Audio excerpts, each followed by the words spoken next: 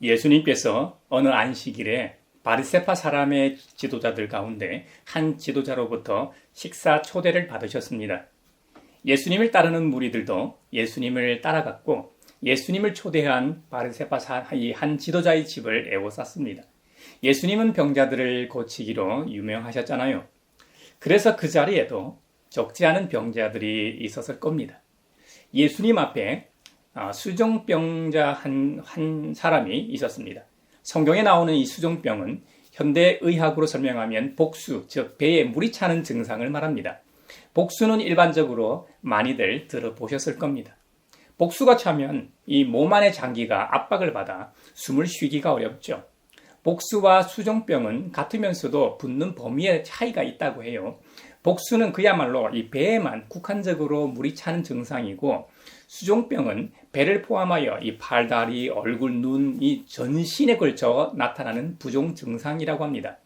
한편 한국교회에서 가장 많이 사용하고 있는 개역 개정판에는 수종병으로 표기하고 있고 그 이전 성경들에서는 수종병을 고창병으로 표기했었습니다. 수종병이나 복수는 서양의학적 용어인 반면 고창병은 한의학적 용어입니다. 배가 북처럼 붓는 질병이다 해서 북고자에 이 배부를 창자를 써서 배가 북처럼 이 단단하고 빵빵하게 부른 병증이다라고 해서 고창병이라고 붙였다고 해요. 근데 2000년 전 고대 사회에서 예수님께 고쳐달라고 앞에 와 있는 그 수종병 환자가 배에만 국한적으로 물이 찬 복수 환자였는지 아니면 전신에 붓기가 찬 환자였는지 우리로서는 알 길이 없습니다. 의학이 고도로 발달한 현대에는 정확하게 진단을 하고 구분할 수 있죠. 근데 그 당시에는 그냥 몸이 심하게 부어 그 병증이 심각하다고 여겼을 겁니다. 제가 굳이 성경에 나오는 병의 이름을 비교하여 언급하는 이유는 성경 버전마다 조금씩 다르기 때문입니다. 우리 교회에서 보고 있는 새번역 성경과 대부분의 한국 교회에서 보고 있는 개역 개정판에서는 수종병으로 표기하고 있고 이전 개역 한글판에서는 고창병으로 표기하기 때문에 이 방식이 다르기 때문입니다. 예수님께서는 그 수종병자를 고치시기 전에 먼저 그 자리에 모여있는 종교 지도자들에게 물으십니다. 예수님께 식사 초대를 한 사람이 누구라고 했죠? 바리새인 중에 하나라고 했습니다. 여러분, 바리새인은 그 당시 지도자였습니다. 그러니까 그 바리새인 한 사람만 그 자리에 있진 않았을 겁니다. 본문에도 보면 주인장을 비롯하여 율법학자들과 바리새인들이 꽤 있었던 것으로 기록되어 있습니다. 바로 그들에게 예수님께서 먼저 물으십니다. 안식일에 병을 고치는 것이 옳으냐 옳지 않으냐? 율법학자들은 철저하게 율법을 준수하는 자들입니다. 안식일의 중요한 종교 행위 외에는 일절하지 않았습니다. 지금도 이 오리지널 유대인들을 보면 안식일을 어떻게 합니까? 철저하게 지킵니다. 이 머리에는 키파라는 빵떡 모자를 쓰고 귀밑머리를 따은 유대인들을 보셨을 겁니다. 이들은 유대교 중에서도 가장 보수적인 초정통파 유대인들입니다. 이들 스스로는 하레딤이라고 부릅니다. 서양 학자들이 이들을 분류하기 위해 울트라 옥스독스라고 부르죠. 다큐멘터리 같은 영상을 보면 유대교에서 안식일은 토요일이니까 금요일 오후 해가 질 무렵부터 상점을 돌아다니면서 문을 닫으라고 소리치는 장면을 보았습니다. 왜 그런 행동을 할까요? 유대인의 안식일은 해가 지는 것을 기준으로 시작하기 때문입니다. 그러니까 금요일 해가 질 무렵부터 안식일이 시작되기 때문에 하레딤들이 그런 행동을 하는 것이죠. 물론 그들은 거룩한 행위라고 생각하는 것이고요. 여러분, 오늘날에도 이렇게 철저하게 지키는데 2000년 전 예수님 당시에는 어땠을까요? 진짜 장난이 아니었을 겁니다. 사실 율법에는 서로 대립하는 구절들이 있습니다. 일례로 10계명 제4계명에는 안식일을 지키라고 명하죠. 그런데 모세 오경에 보면 곳곳에 이웃에 대한 사랑과 나눔, 돌봄에 대해 거듭거듭 말씀하고 있죠. 안식일은 거룩한 날이니까 예배를 드리는 거룩한 행위 외에는 할 수 없었습니다. 그런데 방금 말한 이웃에 대한 사랑과 나눔, 특히 어려움에 처한 사회적 약자들에 대한 돌봄에 해당하는 상황이 만약 안식일에 있다면 어떻게 되는 것입니까? 자주 이런 이 대립적 상황이 있는 것은 아니지만 살아가면서 맞닥뜨리는 장면인 것만은 분명합니다. 예수님께서 바로 이 점을 말씀하십니다. 저는 이 장면에서 참으로 흥미로운 상상을 해보았습니다. 십계명은 누가 주신 계명입니까? 네, 하나님께서 주신 것이죠. 또 모세 오경에 나오는 수많은 말씀들은 누가 주신 율법입니까? 네, 이것 역시도 하나님께서 주신 것이죠. 하나님께서 주신 율법끼리 충돌합니다. 그러니 지키는 사람 입장에서는 해석에 따라 달라질 수밖에요. 그런데 이것보다 더 흥미로운 포인트가 있습니다. 사실 예수님께서 율법에 관하여는 둘째가라면 서러울 율법학자들에게 안식일에 병을 고치는 것이 옳으냐, 옳지 않느냐라고 묻는 것 자체가 난센스입니다. 그런데 안식일을 그렇게 철저하게 지키라고 가르치는 율법학자들이나 바리새인들 중에도 자신의 재산을 위해서는 말이죠. 특히 양이나 소와 같은 가축들을 위해 안식일에도 들에서 풀을 먹이곤 했습니다. 그래서 그들에게 말씀하셨다. 너희 가운데서 누가 아들이나 소가 물에 빠지면 안식일이라도 당장 끌어내지 않겠느냐고 반문하십니다. 너희들은 그런 행위를 하면서 왜 다른 사람들에게는 죽음의 그림자에게 건져달라고 하는데 못하게 하느냐는 겁니다. 이율배반적인 태도를 지적하십니다. 수종병 환자를 질병이라는 죽음의 그림자에서 건져주시고 이렇게 말씀하시니 율법학자들이 바리새인들이 아무 말도 대답하지 못합니다. 이 본문에서 첫 번째 흥미로운 점은 이들 종교 지도자들의 이율배반적인 가르침과 행위를 지적하신 점이고, 두 번째 흥미로운 점은 십계명과 모세 오경에 나오는 모든 율법을 온전하게 해석하신 점입니다. 해석이 아니라 명확하게 결론 내어주신 점입니다. 여러분, 예수님이 누구십니까? 그분은 하나님이십니다. 창조주 하나님. 그 말은 지금 율법을 신봉하는 율법학자들이나 바리새인들 앞에 율법 자체가 서 계시다는 말입니다. 아니, 그 율법을 제정하시고 율법의 참 주인이신 분이 그들 앞에 서 계신 장면입니다. 참 하나님이신 예수님께서 안식일을 지키는 것은 너무나 중요한 것이기는 하나 사람 목숨보다 중요한 것은 아니라고 말씀하십니다. 예수님의 비유에 의하면 자신의 아들뿐만 아니라 소와 같은 가축이 물에 빠져 곤란한 상황에서는 당장 끌어내듯이 타인을 위한 삶이 더 중요하다는 겁니다. 이것이 진짜 사랑이요 율법을 지키는 것이라고 새롭게 정의하시는 장면이 저에게는 가장 흥미로운 점이었습니다. 그 예수님께서 이어서 한 가지 더 말씀하십니다.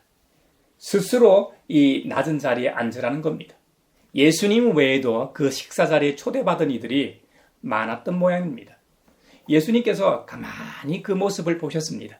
그런데 초대를 받은 사람들이 서로 윗자리에 앉으려고 골라 잡는 장면을 목격하신 거예요. 그 모습을 보시고 비유를 하나 더 말씀하셨습니다. 혼인잔치에 초대를 받거든 높은 자리에 앉지 말라는 겁니다. 혹시 손님 가운데서 나보다 더 귀한 사람이 초대를 받았을 경우에 당연히 나보다 더 귀한 사람이 높은 자리에 앉아야 하기 때문에 내가 미리 높은 자리에 앉아 있다면 어떻게 됩니까? 그 자리를 내드려야 하기 때문이죠. 반면 내가 맨 끝자리에 앉아 있는데 그 자리에 모인 사람들 중에 내가 가장 귀한 손님이라면 어떻습니까? 나를 초대한 주인장이 나를 맨 윗자리로 올린다는 겁니다. 그러면 나는 자연스럽게 모든 사람 앞에서 영광을 받는 것이죠. 여러분, 무슨 말입니까? 누구든지 자기를 높이면 낮아질 것이요 자기를 낮추면 높아진다는 교훈입니다.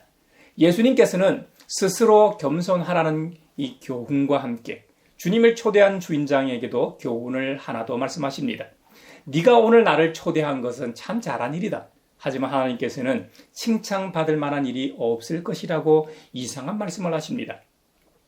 유대인 전통상 귀한 손님을 초대할 때는 자신의 가족과 가까운 친족들을 함께 초대하기도 했습니다. 예수님을 초대한 주인장은 꽤나 덕망이 높았던 것 같습니다. 그 자리에는 부유한 이웃들도 있었고 꽤나 저명한 율법학자나 바리새인들도 있었죠. 그 모습을 보시고 앞으로 이렇게 말씀하세요. 잔치를 베풀 때에는 가난한 사람들과 지체에 장애가 있는 사람들과 다리 저는 사람들과 눈먼 사람들을 불러라. 그리하면 내게 복될 것이다. 그들이 내게 갚을 수 없기 때문에 의인들이 부활할 때에 하나님께서 내게 갚아줄 것이다. 너에게 갚아줄 것이다. 영적으로 이 종말의 때에 상석과 이 말석을 구분하실 분은 하나님이십니다. 지금 바리새인들과 율법학자들에게 말씀하고 계신 예수님이 결정하실 일입니다. 그 사실을 안다면 그분의 말씀에 귀 기울이고 마음에 새겨야 합니다. 우리 신앙인들 중에도 현재 위치가 조금이라도 불만스러울 경우에는 어떻게 합니까? 하나님은 나의 가치를 몰라주신다고 불평하며 스스로 높은 자리에 앉기 위해 온갖 인간적인 방법을 동원하곤 합니다. 교회 밖 일은 제외하고 교회 안의 모습을 비유로 들면 각 교회를 보면 말이죠. 평소에는 너무나도 겸손해 보이던 분들이 집사, 장로, 선거철만 되면 전혀 다른 모습으로 돌변합니다. 심지어 목회자들까지 노회장이나 총회장 선거가 되면 세상 사람들과 거의 다를 바 없는 행동을 하는 모습을 발견하게 됩니다. 그래서 성도들로부터 세상으로부터 지탄을 받는 것입니다. 그러니까 교회 안팎을 불문하고 로얄석, 상석을 차지하려는 싸움으로 편안할 날이 없는 것이 우리들의 일상이요 모습입니다. 하지만 우리가 진정으로 알아야 할 것은 참된 상석은 그렇게 노력한다고 해서 얻고 앉을 수 있는 자리가 아닙니다. 인류 모든 역사 가운데 모든 사람의 행동을 친히 달아보시는 창조주 하나님께서 인정하는 사람, 주님으로부터 인정받은 자만이 앉을 수 있다는 사실입니다. 우리가 이 사실을 알아야 합니다. 사무엘 선지자의 어머니 한나의 기도를 보면 그 내용이 나옵니다.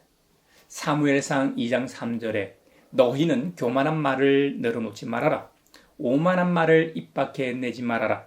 참으로 주님은 모든 것을 아시는 하나님이시며 사람이 하는 일을 저울에 달아보시는 분이시라고 기도하고 있습니다. 우리도 일상을 살아가면서 그 사실을 잊지 말아야 합니다. 여러분, 우리 하나님은 겸손한 행동이 아니라 겸손한 존재를 원하십니다. 한순간 겸손한 태도, 행동, 그 순간 겸손한 행위를 원하시는 것이 아닙니다. 그냥 겸손한 존재 자체를 원하십니다. 여러분 한번 생각해 보십시오. 창조주 하나님 앞에 그 어떤 피조물이 금방 떨 수 있습니까? 하나님은 우리의 중심을 보시는 분이기 때문에 단지 겉모습만 겸손한 척 행위를 하는 자를 원하지 않으십니다. 마음의 변화를 통해 새로운 피조물이 되어 겸손함이 저절로 우러나오는 존재를 원하십니다.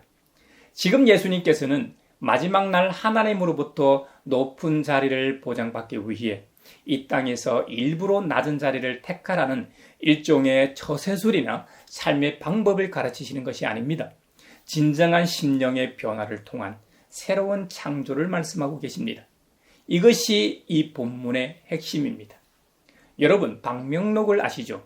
이번 이재명 대통령이 미국 방문 때 트럼프 미국 대통령과의 만남 이후 방명록에 글을 적는 과정에서 뜻밖의 주인공이 있었죠. 모나미 만년별이 더 주목을 끌었죠. K펜이라는 말까지 나왔죠. 이 방명록은 여기 다녀간 사람들의 이름을 남기는 책자입니다. 결혼식장이나 장례식장에서도 흔히 볼 수 있는 방명록입니다. 그런데 예수님께서는 바리새인들에게 충격적인 말씀을 하십니다. 앞으로 잔치를 베풀 때는 차라리 가난한 자들과 병든 자들을 청하라고 하셨습니다. 바리새인들 입장에서는 이건 완전 충격적인 얘기입니다. 당시 유대인들은 특히 스스로를 의롭고 거룩한 존재로 잡아오고 있었기 때문에 자기들과 같이 율법을 준수하는 사람들이 아니면 식탁 교제는 물론 일반적인 교제도 나누지 않았습니다. 그런데 예수님께서 초청하라고 예를 든 사람들은 이런 사람들이 아닙니다. 당시 하나님으로부터 저주를 받았다고 여겨졌던, 그리고 손가락질 받던 소경이나 몸이 불편한 장애인들, 가난한 자들은 그들이 싫어하는 사람들이었습니다. 그런데 예수님께서는 너의 방명록에 이런 사람들로 가득 차야 하나님께서 인정하시고 높은 자리에 앉을 수 있다고 역설하셨습니다. 여러분은 여러분의 잔치 방명록에 사회의 유력 인사나 여러분에게 도움이 될 만한 사람들의 이름이 적혀 있지는 않는지요? 주님께서는 아무도 인정하지 않는 사람, 아무도 찾지 않는 사람, 아무도 돌보지 않는 사람들의 이름이 적혀 있어야 한다고 말씀하십니다. 사실 우리도 쉽지 않은 일입니다. 그러나 구원받고 새로운 창조를 경험한 이들에게는 이런 삶이 요구됩니다. 이것이 제자의 삶입니다. 조금 있으면 추석 명절이 다가옵니다. 요즘은 좀 덜하긴 하지만 대부분의 세상 사람들이 자기에게 도움되는 존재들만을 골라 선물을 돌립니다. 하지만 주님은 우리에게 그렇게 하지 말고 낮고 소외된 사람들의 집을 찾아가라고 명하십니다. 그게 우리를 위한 일이라는 겁니다. 왜냐?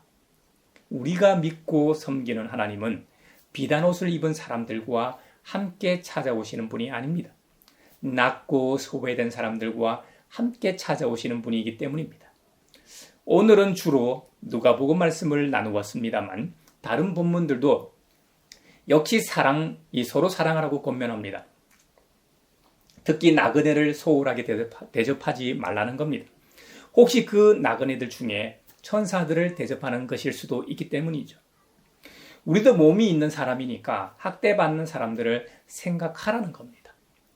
우리 하나님께서는 입술의 고백만을 기뻐하시지 않고 삶의 예배, 즉 선을 행하고 가진 것을 나눠주는 행함을 기뻐하시며 진짜 예배로 인정하신다는 겁니다. 여러분, 창조주 하나님을 올바로 알고 믿으면 이런 삶을 살게 됩니다. 할렐루야. 이렇게 안 살면 마음에 거리낌이 있게 되고 도저히 불편해서 못 견딥니다. 왜냐하면 내 안에 주님의 거룩한 영이신 성령님이 함께 하시기 때문입니다. 내일 9월 1일부터 세계교회는 창조절을 보내게 됩니다. Season of Creation, 한국말로는 창조 시즌, 창조 시기 정도일 겁니다. 오늘날처럼 기후 위기가 갈수록 고조되는 상황에서는 하나님의 형상을 닮은 인간만이 아니라 피조 세계에 대한 배려, 사랑 실천이 필요한 때입니다. 믿음의 형제자매를 비롯하여 우리가 만나는 모든 사람들과 화목하며 서로 사랑하며 서로 섬길 수 있기를 바랍니다. 그리고 더불어 인간의 탐욕으로 인해 신음하고 있는 창조 세계도 더 관심을 가지고 돌보는 우리 모두가 되기를 바랍니다. 그래서 하나님께서는 기후 위기가 세계 담론이 되기 이전에 창조주를 제정하게 하신 것 같습니다. 적어도 저는 그렇게 믿고 있습니다. 현재는 미약하지만 이 일에 우리 가양교회가 앞으로 할 역할이 큽니다. 저는 그 일과 사역을 위해 기도하고 있고 기대하고 있습니다. 우리가 매 주일마다 공동체로 모여 함께 예배하는 행위도 중요합니다만 창조주 하나님께서 창조하신 창조 세계와 함께 더불어 평화를 누리는 것 또한 매우 중요합니다. 사실 창조주께서 당신의 형상을 따라 우리 인간을 창조하신 이유는 성경에 분명히 기록되어 있는 것처럼 청지기로 만드셨습니다. 그런 면에서 우리 그리스도인들도 청지기적 사명을 망각하고 창조 생태계를 파괴하는 일에 함께 해왔음을 인정하고 참회해야 합니다. 사랑하는 믿음의 형제자매 여러분, 이번 한 주간부터 시작하는 2025년 창조절 기간 동안 자연 친화적인 삶을 살도록 좀 더 신경 쓰십시다. 그리고 오늘 본문이 우리에게 주는 교훈대로 서로 사랑하며 서로 돌보며 서로 관심을 가지고 살 수 있기를 바랍니다. 창조주 주님의 평화가 여러분과 함께 하시기를 바랍니다.